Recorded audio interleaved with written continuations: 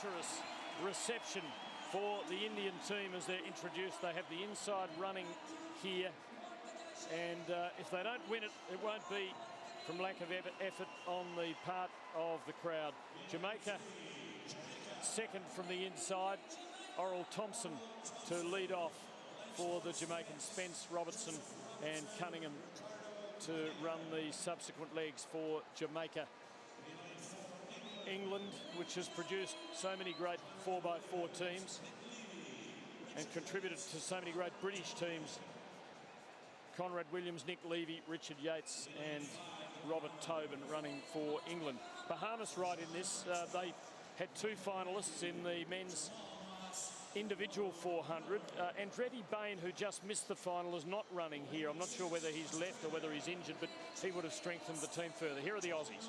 Yes, here's Joel Milburn, who had a rest in the heat in this event, and he's come through. Ben Offrens is actually not performing in this 4x4 tonight, mainly because he hasn't really been well going this event. So we've got Joel Milburn as the first runner, Kevin Moore as the second runner, Brendan Cole third, and Sean Rowe will be bringing us home fourth runner. But I have to say, Tim, I think probably the favourite going in this, I did call it in the women's, didn't get it quite right, but might put a little bit of money on this. I think Kenya is going to be very difficult to beat. And for all our viewers at home, the last runner for Kenya is Mutai, who ended up just beating Sean Rowe in the 400-metre final.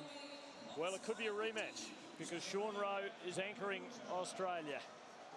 And wouldn't that be something if they were shooting it out on the last leg of this last event at the track and field competition at these Commonwealth Games of 2010.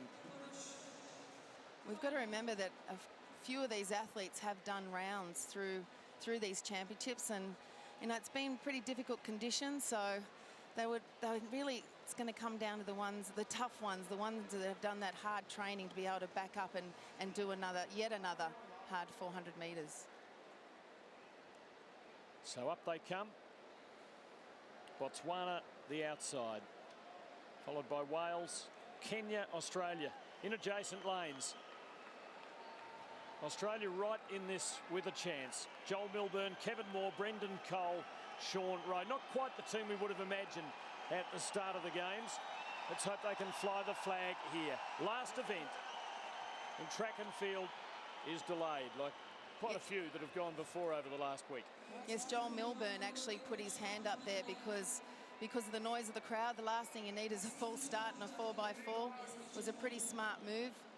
It is difficult because we've got a massive crowd here tonight and they need to learn just to be a little bit quiet at the start. Was Kenya the fastest qualifier? 3:03.66, but this is the final and everyone is giving it all they've got. Tremendous crowd in on this last night. Crowds have built up as the track and field competition has worn on. And let's hope we get a fitting climax here. And it'd be nice to see India involved in it.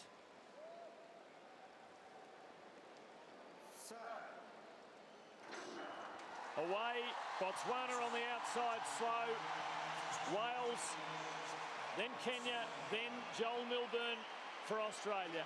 Then it's Bahamas, England, Jamaica and India on the inside. This long stagger and the margin between the outside and inside divisions as they go through the 200-metre point is 50 to 60 metres. It's always difficult to see who's actually winning at this stage because there is a massive stagger, and as you'll see when they pass the baton to the second runners, it can make a big difference. And Joel's really kicking home here, and that's what he needs to do. He needs to set it up for the Australian team to make sure that they can get up there in the top 2 or 3. Good first leg by Botswana on the outside. Milburn finished better of that leading division, and England came on strongly in the last 50 metres. Conrad Williams came from nowhere, and all of a sudden it's England, Australia 1-2, and Bahamas in fact working through on the inside of Kevin Moore running the second leg for Australia. Now Kenya getting into it too, so the heavies are there. England, Bahamas, Kenya, Australia, Botswana, the race on Kevin's got to really hold his position here. This is his first experience at a Commonwealth Games, and at this level he's only 19 years old, but he's just got to make sure that they don't get too far away from him. So coming down to the second change, and Bahamas have opened a nice gap.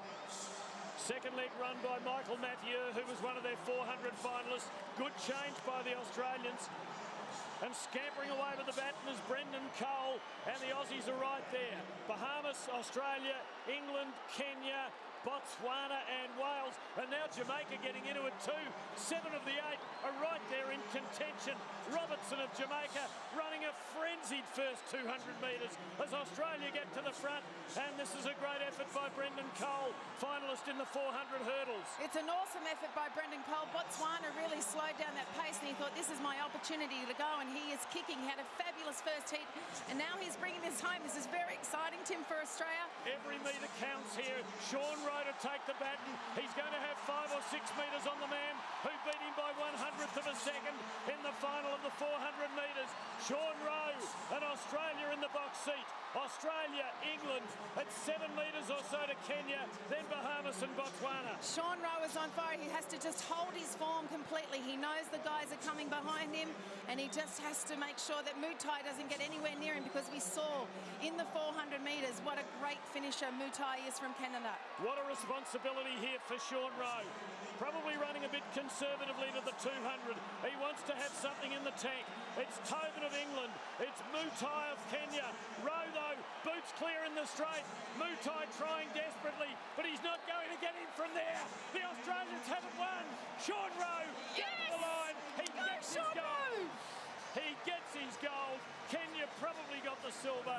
England the bronze. Gold to Australia in the last event.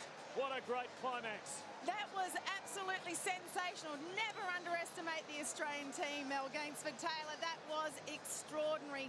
They should be so proud of them. They all ran a beautiful leg, and it's just great to see us